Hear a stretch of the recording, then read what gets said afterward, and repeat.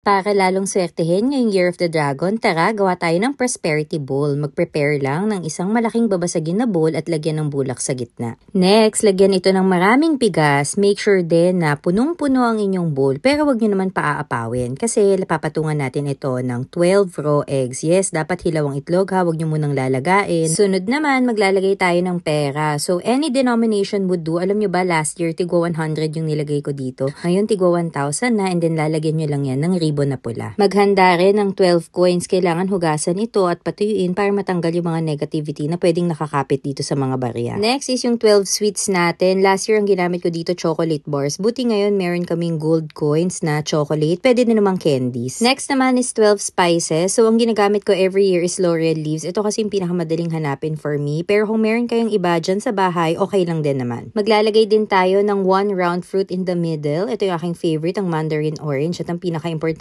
magsulat ng 12 wishes at ilagay sa red ang pau envelope. So ayan, meron na tayong prosperity bowl. Sana maghatid ito ng swerte sa ating lahat. Isabay nyo na rin yan sa 13 fruits na ilalagay natin sa gitna ng mesa at huwag kakalimutan ng tikoy.